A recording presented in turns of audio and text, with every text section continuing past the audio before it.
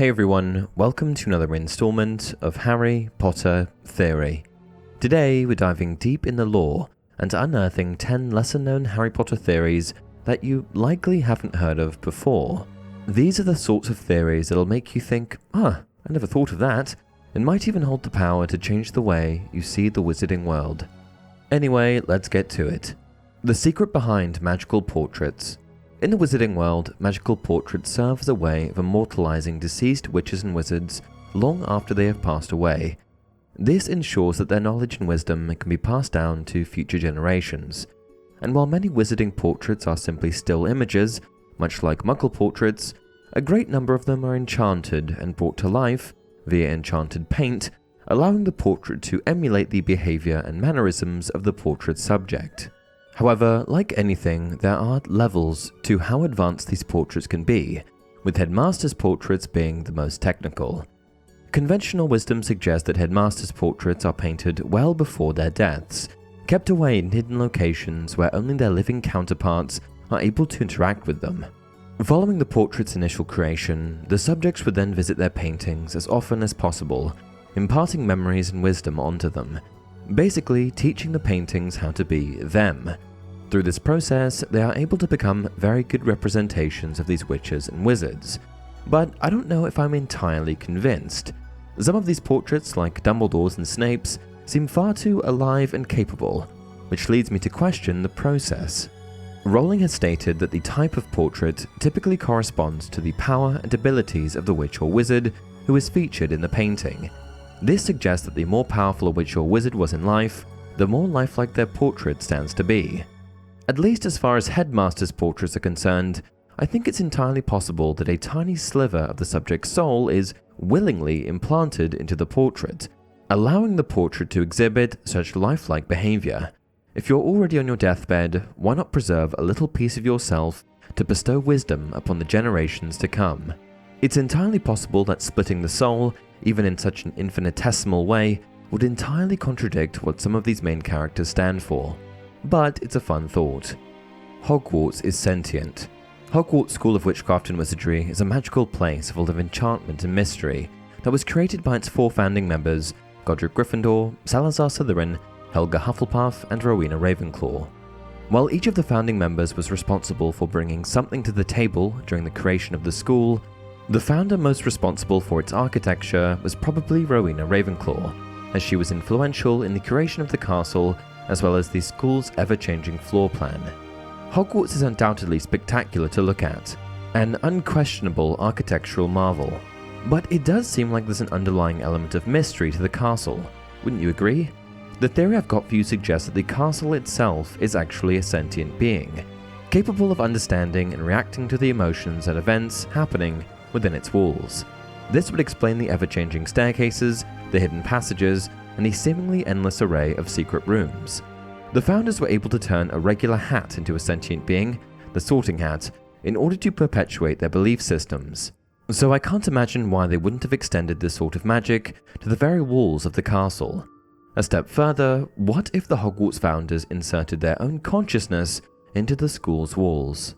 Thestrals are science experiments.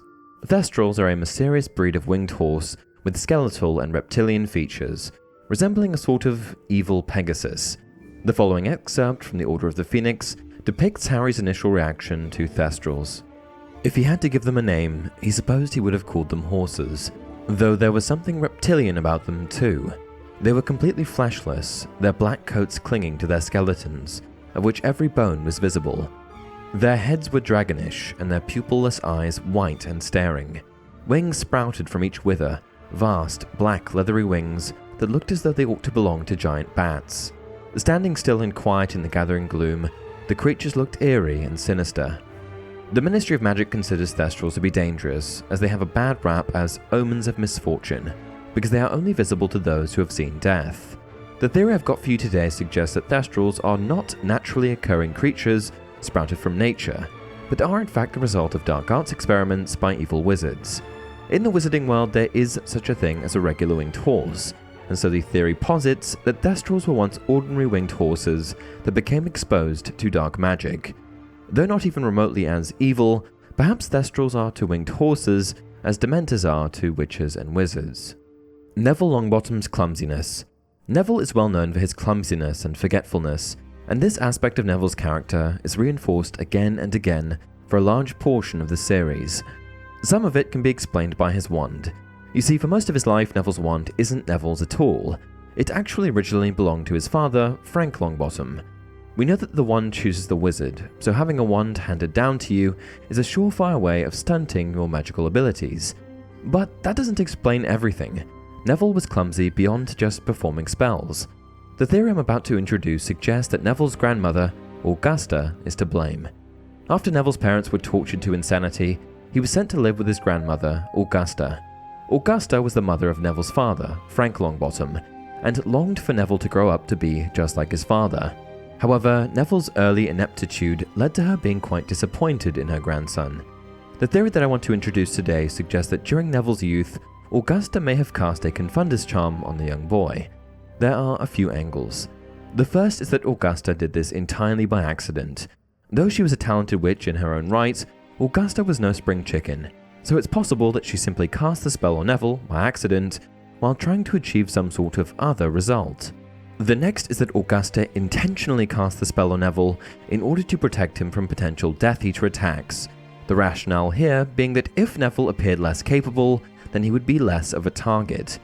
Augusta had gone through the traumatizing process of witnessing her capable, brave, and impressive son tortured to insanity, leaving behind an empty shell. It's entirely possible that Augusta, clinging on to the hope that Neville would turn out like Frank, sheltered the boy in order to protect him. If true, this would explain Neville's sudden urge of competence and bravery in the later books, as the charm's effects may have started to wear off. The Mirror of Erised reveals even more than meets the eye. The Mirror of Erised is a magical mirror that shows us the deepest, most desperate desires of our hearts. This is reflected in the mirror's name, no pun intended, as Erised flipped around reads as desire. The mirror itself was made sometime before the end of the 19th century, and is located in the Room of Requirement in Hogwarts. Engraved on the mirror are the words Erisad Stra Eru Oit Ub Kafru Oit on Huasi, which backwards reads as, I show not your face, but your heart's desire. And while conventional wisdom suggests that what's shown in the mirror is a very much intangible reflection of one's desires, the theory I've got for you today really takes it a step further. This theory suggests that the mirror is actually a portal to an alternate reality, where the viewer's desires have come true. This would explain the mirror's ability to show such vivid and realistic images, as well as its potential to become addictive and dangerous to those who gaze into it for too long. We've seen other enigmatic gateways in the Harry Potter universe, such as the Veil, so the idea that this magical artifact crosses interdimensional boundaries is not entirely out of the question. If true, this would add a new dimension to the Mirror of Erised and its role in the series, transforming it from a mere reflection of desire to a gateway to another world. The Philosopher's Stone is a Horcrux. Nicolas Flamel was a French scribe born in the year 1330 that is said to be responsible for the creation of the fabled alchemical creation, the Philosopher's Stone. He's a real-life historical figure that was adapted by J.K. Rowling. Over the course of his life, Flamel had two great, big understatement there, achievements in the realm of alchemy. The first was his creation of the Philosopher's Stone, an object with the ability to turn base metals into gold.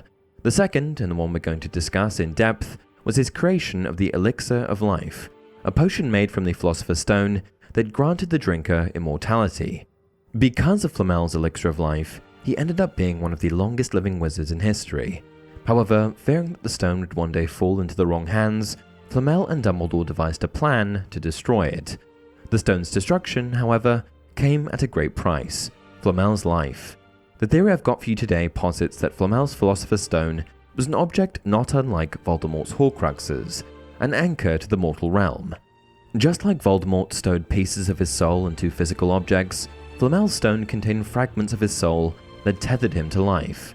Did the Philosopher's Stone really keep Flamel alive because of a supposed elixir of life, or was Flamel just a fraud that relied on the stone's existence to remain in the land of the living? This theory, of course, paints Flamel in a bit of a morally dubious light, but it's interesting to think about. Harry's class size. Did you ever think that, for the greatest wizarding school in the world, Harry's class sizes seemed a little small? For the number of wizards across the globe, it seems unlikely that one of the pillars of wizarding education would boast such a small number of aspiring young witches and wizards? Well, I may have an explanation. This theory suggests that because so many witches and wizards were killed during the First Wizarding War, the significant hit to the wizard population resulted in far fewer students. Harry's year, along with the surrounding years, would have been the children and grandchildren of those who perished or were otherwise affected by the war. The decrease in population would naturally result in fewer students being born during that time, leading to smaller class sizes at Hogwarts. It's a grim thought, but it makes sense when you consider the devastating impact that Voldemort and the Death Eaters had on the wizarding world. The Deathly Hallows and Rule of 3. Harry Potter is known for its rule of 7s. In the wizarding world, the number 7 is considered to be the most powerful magical number. As such, there are many 7s on display for us in the Harry Potter story. 7 times that Voldemort split his soul, 7 Weasley children, and 7 galleons for Harry's first wand. But I think that another overlooked number in the series is 3. This theory discusses the notion that the 3 Deathly Hallows, the Elder Wand, the Resurrection Stone, and the Invisibility Cloak, represent the trio of Harry, Hermione, and Ron, respectively. Harry is the true master of the Elder Wand, Hermione is the brains who could metaphorically bring back the dead with her knowledge, and Ron is often overshadowed by his friends, much like someone wearing the Invisibility Cloak. At least this is true for the film version of his character. This theory connects the beloved trio and the legendary Hallows. The Goblet of Fire's secret. The Goblet of Fire is the magical artifact used to select champions for the Triwizard Tournament. The goblet was first used in 1294 when it was introduced for the very first tournament on record. What's interesting about the goblet, however, is that its creation is shrouded in mystery, leaving many to wonder about its true nature and origins. The theory I've got for you today suggests that the Goblet of Fire, much like the Sorting Hat, is in fact a sentient magical artifact, capable of making decisions and judgments based on the intentions and desires of those who submit their names. This would explain the goblet's ability to assess the worthiness of each applicant and select the most worthy champions, as it would possess a deep understanding of each individual's character and potential.